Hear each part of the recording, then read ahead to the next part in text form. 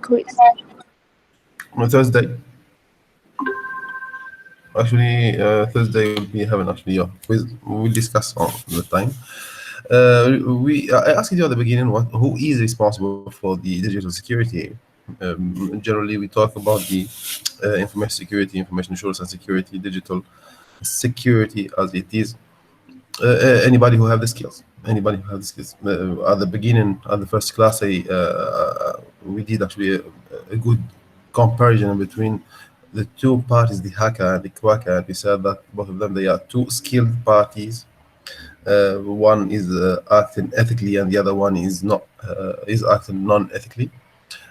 But who is responsible for the digital security in a framework, in a company, in a given scenario?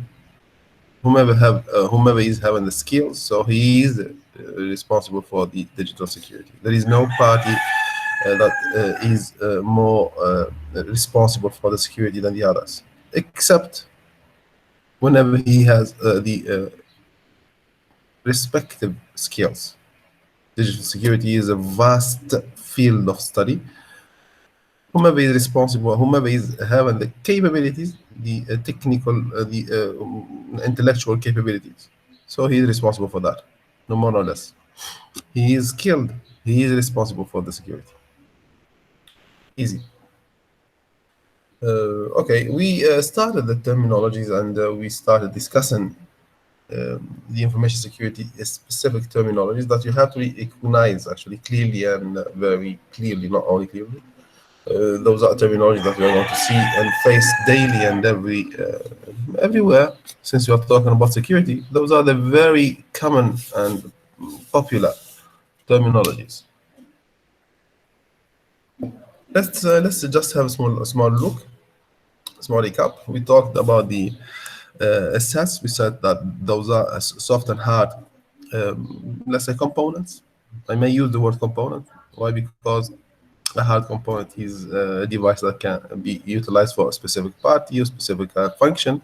A logical component might be a function that we can utilize in a system, like the login or like the registration or something like that. So a set is a component that can be utilized to finalize a task.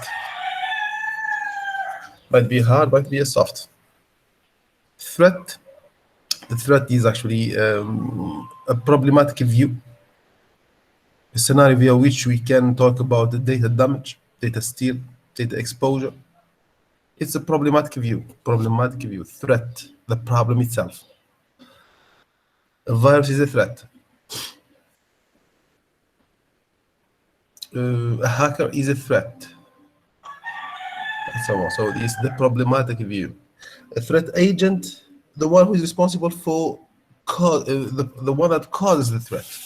Who's the doer of the threat? The threat agent, the hacker, the cracker, something like that. So the doer, the virus, the worm, all of the malware categories, they are threat agents.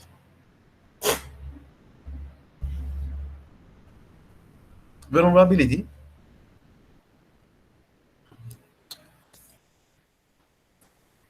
It's a hole in a fence. Absolutely true. It's a point via which security is very weak. A point in a framework. Framework might be a computer, might be a network, computer network, might be actually any workspace, digital workspace, that has a weak security in a way that a hacker or a cracker can utilize it to break in to the system or to the environment without consent. So that is a vulnerability.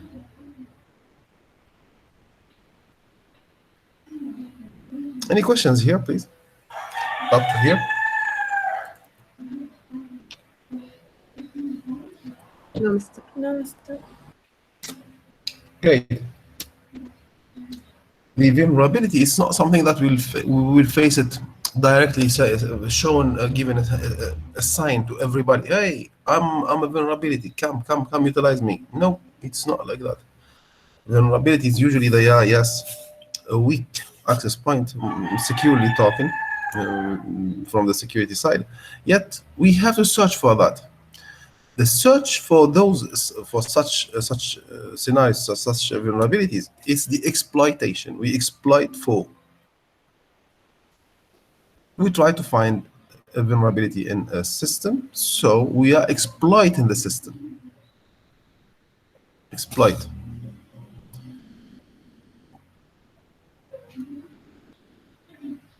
Risk. It's a possible problem in the future. It's a possible problem, or let's say a possible threat in the future, not now. This is a risk. What does it mean? It means now it does not have any harm to us or to the environment, to workspace, the workspace. Yet in the future, it might cause a harm, a problem. Next week or next month or next year, what we are doing today, it might cause a problem. So this is a risk. So this is actually a problematic view, but in the future, if we do not spread awareness amongst the employees, they would actually act unintentionally in a bad way in the future. If the company owner or the business owner do not educate its employees, in the future they might act in a bad way, but this is intentionally, which causes the business to stop or something like that. So this is a risk. The non-educated the employees. So this is a risk because now it does not have any problem, so it's okay. But in the future, no, it will have bad impact. This is a risk. Those are titles of examples only. Still in the terminology only, but those are very common terminologies. A system is a system because it can be utilized for different tasks, and the one who does the task is the user or the subject. In a system, who is the actor? It's the user or the subject. The system itself, the system, for example, the login system, the user is doing what? Is using the system to access the system, to access, let's say, services, things like that.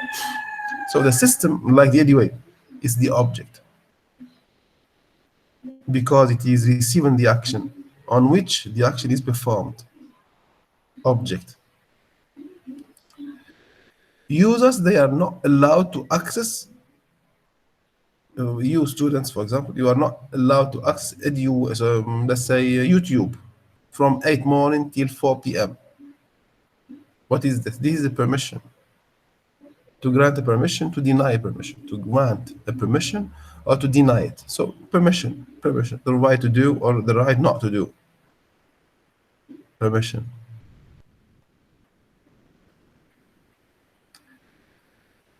How many students we have in University of Nizwa? We have thousands and thousands of students. How to control them? When we say we are not allowed students to open or to access the YouTube from 8 morning till 4 p.m. Students, they are not allowed to open YouTube. Okay, how we are going to control all the students to deny them from opening YouTube? How to? The administrators, are they going to block the students user by user? Every ID, they will check. Is he a student, so we block. Is he a student, so we block, and so on. Is it like that? No, it is not like that. So because actually technically we can do that, but it's not the solution due to some constraints. The access control list is a scenario via which we generate groups and we assign permissions, rights, to grant access or to block access. So this is a control list of permissions. The permission is to grant or to block, both. If to block, so that this is a permission, blocking. To allow, this is a permission also. So the access control list is a list of grants and blocks to be given to groups. The group of students is not allowed. The group of inspectors is not allowed. The group of administrators is not allowed, and so on. So the access control list is a list via which we can see the permissions and the denials group-wise. The counter or the auditing, it's a scenario of analysis. It's an analytical process via which we can see what has been happening, actually, what has been done, what the system is having, and so on. Accounting or auditing. Yes, it's the audit. It's analysis, sort of analysis. Triple A, the triple A, the triple A, authentication, authorization, and auditing. Authentication, authorization, and auditing. This is a scenario via which we can see three functions to work together, to be adopted together, to be admitted together: the authentication, the authorization, and the auditing. Authentication is a process to prove the ID. What does it mean? You are a student. If you are a student, you have to prove that. We see the word after, the technical word after, which is the identification here. The identification, yes. So the identification is to present your ID. I am Fulan, I am a student, I am an instructor, I am Murad, I am Absattar, and so on. So the ID, to present your ID. To prove that you are that party, you have to authenticate yourself. Use a username and password or something like that. You have to authenticate. So the authentication, it's to prove the ID. Here it is. Yet, in the AAA context, we adopt those three terminologies together. Those are three functions to do all together. After authentication, we have to make the authorization, which is to give permissions to access resource, specific permissions to access resources, and to make analysis, the audit, to track what has been happening. So authenticate, then give permission, then track what has been happening. AAA, or authentication, authorization, and audited.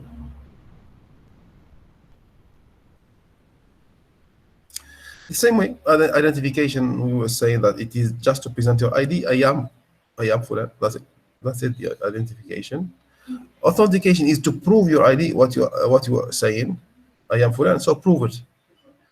Authorization, it comes after the authentication, which is after being authenticated, you'll be granted access to specific resources. Authorization. Identification, then authentication, then authorization. So please have a look at those keywords, just a few seconds, have a look, and come with a question if you have. Have a look and tell me if you have any questions, please.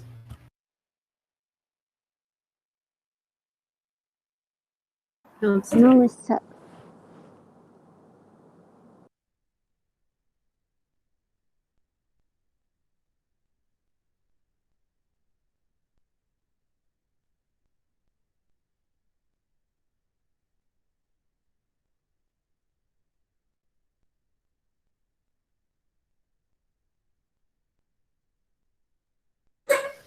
This is great.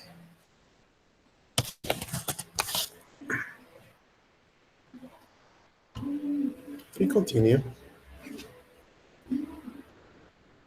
Okay. All the terminologies we discussed, they are a question of the platform you are using. What does it mean? We are using Windows 10 or Windows 8 or Windows 7 or something like that. We are using mobile device, Android. We are using a mobile device, iOS. We are using Linux, Unix, Ubuntu, whatever, the operating system we are using. So all those terminologies, what we were discussing, those lists, this list or whatever, or any other, they are a question of the platform, how to implement it. So if I talk about the authorization, for example, this last keyword here, if we talk about the authorization here, so what would be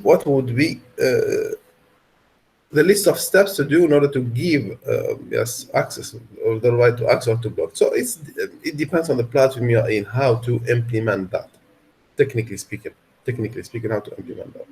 So this is an example of a window that we can see it in the. This is the Windows XP window operating system, but still the all the distributions of the Microsoft operating systems, they are using a similar interface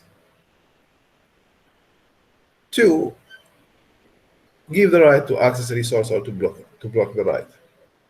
So we have candidates, users, and you are given actually permissions here to access or not. So the authorization is the permission to access or not. So this is one of the interfaces that you can utilize.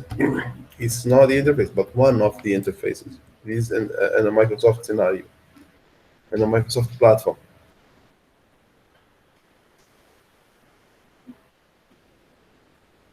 Great. We come to a sensitive place.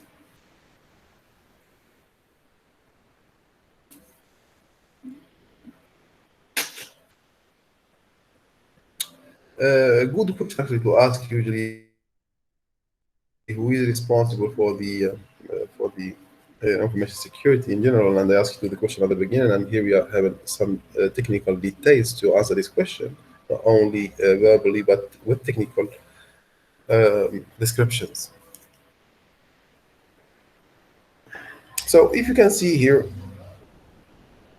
the functionalities to do, they are to prove that the candidate is capable, is skilled, is expert, is having the intellectual capability to do and to act towards threats and digital issues. If the candidate can make analysis to assess the availability of threats, so he is skilled and he's the one to be responsible for the information security or digital security. We repeat, so being able to assess, to check for, to make the yes, the respective review on the assets which are hard and soft, checking for the possible availability of threats caused by different threat agents. So he is the skilled party by making different exploitations. By making different exploitations, he have to have the skills to make exploitations. To say that yes, there is a weak security scenario or not, just to check that the security is well set or not. So this is the technical skilled party. So one of the questions, if I ask you in the exam midterm or in the final exam, if I ask you the following question, who is respective, who is the party that we can give him responsibility to be the information security responsible, or let's say candidate? You have to answer as we explained right now. He has the respective party or the respective actor responsible for the information security is a candidate that can analyze a framework, checking all the assets, searching for threats, let's say causing any problems, and this is by making different exploitations, searching for weak security scenarios or weak security access points or vulnerabilities, things like that. So this is the very skilled party.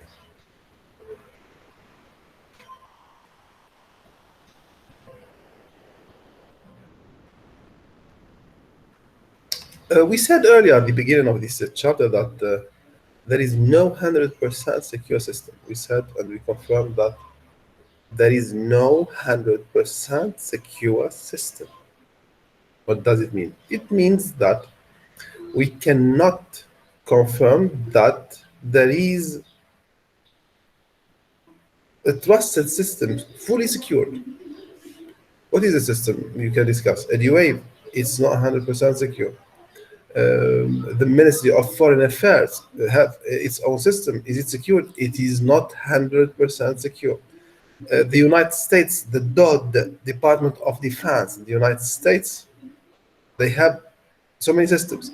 Are they secured? They are not 100% secured. This is full stop. This is technically speaking here. There is no 100% secure. Why? Because the vulnerabilities and the weak security access points, they are not only interfaces. Even the employees, they can be considered as insiders.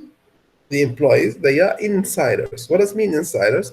Means they are parties which they are not skilled. they can act without any intention to cause a problem. But because they do not have the technical skills, they may act in a bad way. And they can cause problems with the system by opening security frauds. So, so there is no 100% secure system. And for this reason only, we come to a conclusion is that any company that has a security team responsible for the security in the company, they have to be supported. What does it mean? All the employees, they have to obey to the policies and the instructions given by the security team. We take the example of the University of Lisbon network. All the students, all the staff, all the teachers and instructors, they have to obey to all the instructions given by the CIS people, the computer, the Center of Information Systems in the university. All the instructions, they have to be actually taken seriously to say that we are supporting the team to enhance the security. To do what? To enhance the security. The security team has to have a main task, a main and unique task, which is taking care of the digital security in the environment. Taking care of the digital security in the environment. They do not have to have other tasks as primary tasks. The primary task is to take care of the digital security in the environment.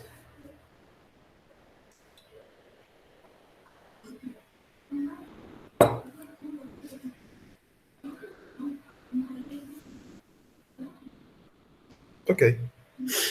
Any questions, please, here? Any questions? No, Mr. No, Mr.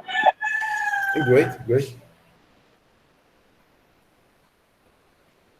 We were talking about, and still we are talking about the information security responsible party, whom are the parties responsible for setting up the security scenarios. We said that they are people that they have the skills to analyze, to assess sets, and to decide whether a vulnerability list is available or not, and things like that. Okay.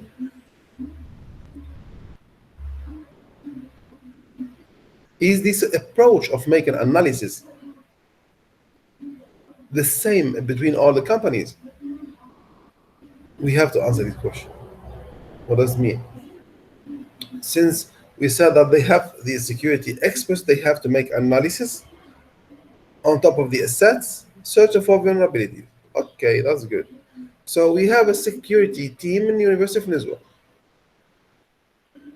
Are the analysis which this team is doing the same if they go to the PDO company in the desert? Will they do the same analysis? I don't think so.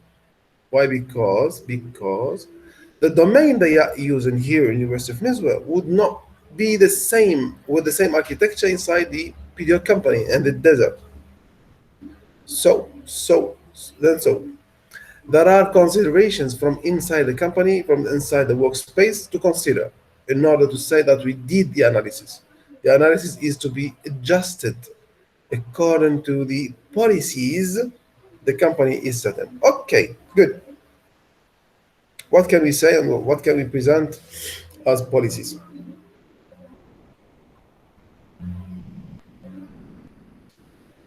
There are two categories of policies. That they can be actually followed by the digital security experts to set up, to analyze usually, to consider also. Starting with the bottom-up approach.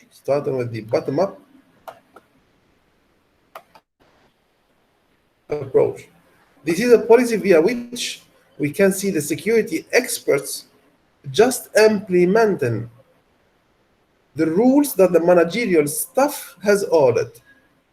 In the University of Lisbon, for example, as an example, the chancellor orders says that the students cannot see the EduA, for example, or the whatever any function from a given time. Okay, this is an order. This is a bottom order. This is a top order. Sorry, this is a top order, not a bottom order. I reversed the case because the chance is on the top. Yeah, so the chance is on the top. This is a top order that the technical team has to implement top down.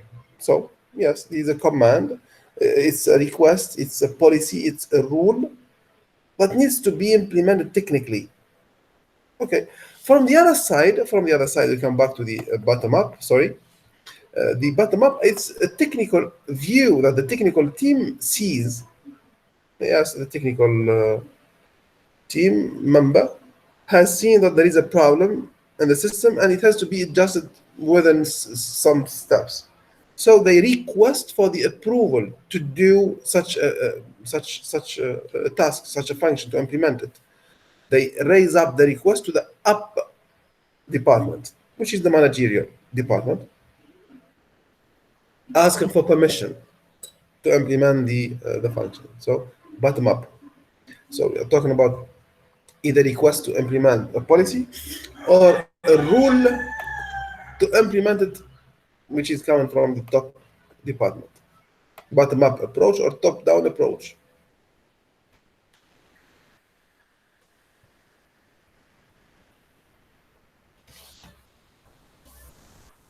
Great. So any questions, please, here at this level before we continue? No, Mr. No, Mr. You can continue. Okay. We said that this book actually is one of the standardized units that we can follow in order to pass internationally recognized certificates. Wherever you go, it would be actually recognized. The full book you have to finalize in order to say that I'm eligible for such certificate. Amongst the positions that they are very famous to say that those are responsible parties to implement security in a company is the CISO, the Chief Information Security Officer. The CISO is one of the very famous skilled parties, skilled and certified parties responsible for carrying out security tasks, making the analysis, assessing the assets, generating reports, and so on. Making exploitations, all the tasks responsible for enhancing the security in an environment. The CISO certified party is eligible for that. And remember, this is a very skilled party, this CISO. Whomever is having the certificate CISO, he is a very skilled party, but still is not enough to enhance the security in all the organization. Why? Because, as we said earlier, they have to be supported by everybody inside the company. CISO.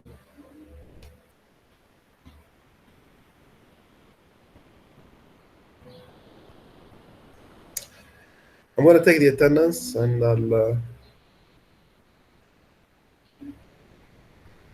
send you a request to accept about the date of the quiz. So let me take the attendance first.